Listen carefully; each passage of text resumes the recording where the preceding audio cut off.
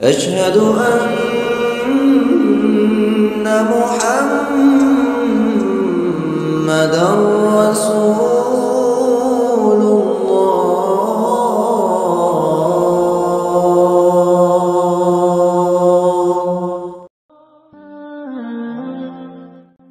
علامہ محمد اقبال کے ایک دوست اور عاشق جن کا نام محمد رمضان عطائی تھا، ڈیرہ غازی خان کے ترین قبیلے سے تعلق رکھتے تھے۔ ان کی طبیعت میں فقیرانہ استغنا بھی تھا اور صوفیانہ بے نیازی بھی۔ اعلیٰ تعلیم یافتہ اور انگریزی سرکار کا ملازم ہونے کے باوجود کبھی دیسی لباس ترک نہ کیا۔ چہرہ سنت رسول سے سجا تھا۔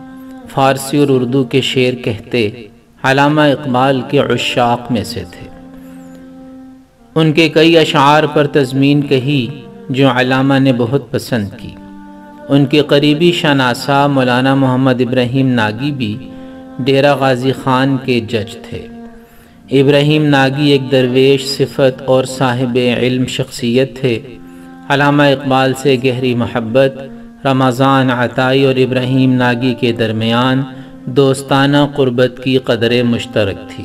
مولانا ابراہیم کو علامہ اقبال سے ملاقاتوں کا اعزاز بھی حاصل رہا تھا۔ ایک دن مولانا ابراہیم لاہور گئے، علامہ سے ملاقات ہوئی۔ واپس آئے تو سر شام معمول کی محفل جمی۔ علامہ اقبال سے ملاقات کا ذکر چلا تو عطائی کا جنون سلگنے لگا۔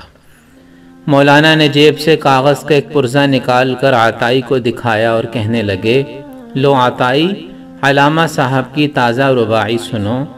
پھر وہ ایک عجب پرکیف انداز میں پڑھنے لگے۔ تو غنی از ہر دو عالم من فقیر، روز محشر عذر ہائے من پذیر، ور حسابم رات و بینی ناگزیر، از نگاہ مصطفیٰ پنہا بگیر۔ اے خدا، تو دونوں جہانوں سے غنی ہے اور میں ایک درماندہ فقیر ہوں۔ تیرا کرم ہوگا کہ قیامت کے دن میری معافی قبول کر لے اور مجھے بخش دے، اور اگر تو کسی وجہ سے میرا حساب کتاب کرنا اور میرے اعمال کا جائزہ لینا ضروری خیال کرے تو اتنا کرم کرنا، میری فرد گناہ آقائے دو جہاں حضرت محمد صلی اللہ علیہ وسلم کی نگاہوں سے چھپا کر رکھنا۔ یہ رباعی سناتے ہوئے مولانا کی آنکھوں سے آنسو رواں تھے، لیکن محمد رمضان عطائی کی کیفیت روتے روتے دگرگوں ہو گئی۔ اسی عالم وجد میں فرش پر گرے، چوٹ آئی اور بے ہوش ہو گئے۔ رباعی ان کے دل پر نقش ہو کے رہ گئی۔ اٹھتے بیٹھتے گنگناتے اور روتے رہتے۔ انہی دنوں حج پر گئے۔ خود اپنی ڈائری میں لکھتے ہیں کہ حجاج اوراد و وظائف میں مصروف ہوتے تو وہ زار و قطار روتے اور علامہ کی رباعی پڑھتے رہتے۔ حج سے واپسی پر عطائی کے دل میں ایک عجیب آرزو کی کونپل پھوٹی کہ کاش یہ رباعی میری ہوتی یا مجھے مل جاتی۔ یہ خیال آتے ہی علامہ اقبال کے نام میں خط لکھا، آپ سر ہیں فقیر بے سر، آپ اقبال ہیں فقیر مجسم اعتبار، لیکن طبع کسی صورت کم نہیں پائی۔ انہوں نے علامہ اقبال کے اشعار کی تضمین اور اپنے چیدہ چیدہ فارسی اشعار کا حوالہ دیتے ہوئے لکھا، فقیر کی تمنا ہے کہ فقیر کا تمام دیوان لے لیں اور یہ رباعی مجھے عطا فرما دیں۔ کچھ ہی دن گزرے تھے کہ انہیں علامہ کی طرف سے ایک مختصر سا خط موصول ہوا۔ لکھا تھا، جناب من، میں ایک مدت سے صاحب فراش ہوں، خط و کتابت سے معذور ہوں، باقی شعر کسی کی ملکیت نہیں، آپ بلا تکلف و رباعی جو آپ کو پسند آ گئی ہے اپنے نام سے مشہور کریں، مجھے کوئی اعتراض نہیں ہے۔ علامہ کی یہ عطا عطائی کے لیے توشہ دو جہاں بن گئی۔ علامہ نے یہ رباعی اپنی نئی کتاب ارمغان حجاز کے لیے منتخب کر رکھی تھی۔ عطائی کی نظر کر دینے کے بعد انہوں نے اسے کتاب سے خارج کر کے تقریباً اسی مفہوم کی حامل ایک نئی رباعی کہی جو ارمغان حجاز میں شامل ہے۔ ایم اے فارسی کا امتحان دینے لاہور گئے تو عطائی شکریہ ادا کرنے علامہ کی خدمت میں حاضر ہوئے۔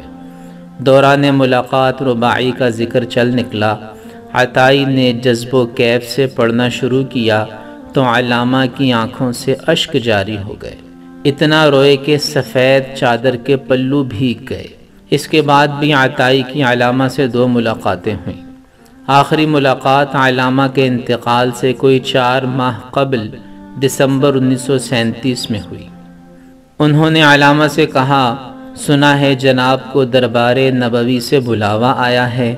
علامہ آبدیدہ ہو گئے، آواز بھر آئی اور بولے، ہاں بے شک، لیکن جانا نہ جانا یکساں ہے۔ آنکھوں میں موتیا اتر آیا ہے، یار کے دیدار کا لطف دیدائے طلبگار کے بغیر کہاں۔ عطائی نے کہا، جانا ہو تو دربار نبوی میں وہ رباعی ضرور پیش فرمائیے گا جو اب میری ہے۔ علامہ زارو قطار رونے لگے، سنبھلے تو کہا، عطائی اس رباعی کو بہت پڑھا کرو، ممکن ہے خداوند کریم مجھے اس کے طفیل بخش دے۔ 21 اپریل 1938 کو علامہ اقبال انتقال فرما گئے۔ عرصے بعد شاہی مسجد کے احاطے میں ان کے مزار کی تعمیر شروع ہوئی تو ہر ہفتے اور اتوار کو ایک مجذوب سا شخص لاٹھی تھامے مسجد کی سیڑھیوں پر آ بیٹھتا اور شام تک موجود رہتا۔ وہ زیر تعمیر مزار پر نظریں گاڑے دیکھتا رہتا، کبھی یکایک زاری شروع کر دیتا، کبھی طواف کے انداز میں مزار کے چکر کاٹنے لگتا۔ اس کا نام محمد رمضان عطائی تھا۔ مولانا محمد ابراہیم ناگی کبھی کبھی کہا کرتے، ظالم عطائی کان کنی تو میں نے کی اور گوہر تو اڑا لے گیا۔ باخدا اگر مجھے یہ علم ہوتا کہ حضرت علامہ اقبال اتنی فیاضی کریں گے تو میں اپنی تمام جائیداد دے کر یہ رباعی حاصل کر لیتا اور مرتے وقت اپنی پیشانی پر لکھوا جاتا۔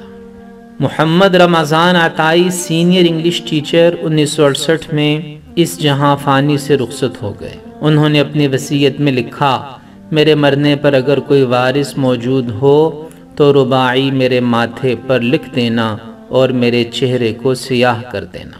معلوم نہیں کہ پس مرگ ان کے کسی وارث نے اس عاشق رسول کی پیشانی پر وہ رباعی لکھی یا نہیں، لیکن ڈیرہ غازی خان کی قدیم قبرستان ملا قائد شاہ میں کوئی 45 برس پرانی یہ قبر کے سرحانے نسب لوح مزار پر کندہ ہے، تو غنی از ہر دو عالم من فقیر، روز محشر عذر ہائے من پذیر، ور حسابم رات بینی ناگزیر، از نگاہ مصطفیٰ پنہا بگیر۔